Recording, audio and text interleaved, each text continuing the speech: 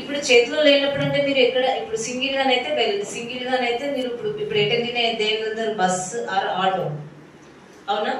Auto వెళ్ళేటప్పుడు మీకు phone ఉండదు అనుకోండి, మీరు ఫోన్ అంటే ఇప్పుడు నాకు తెలిసి ఫోన్ వాడని వాళ్ళంటే ఇప్పుడు ఎవరు ఉండరు.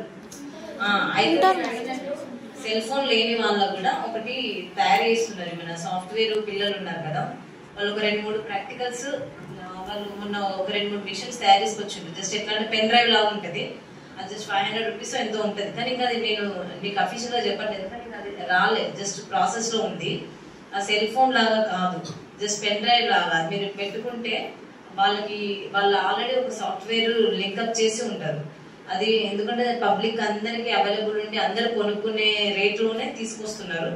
అది ఉంటే కనుక మీరు దాన్ని పెట్టొచ్చు. కానీ ఇప్పటిదాకా లేదు కాబట్టి ఫోన్ లేదంటే వెళ్ళేటప్పుడు సింగిల్ గా వెళ్ళకండి, ఇంకొకరు మీతో పాటు ఎవరైనా తీసుకొని వెళ్ళండి నైట్ టైం అలా జర్నీ చేయాల్సి వచ్చినప్పుడు.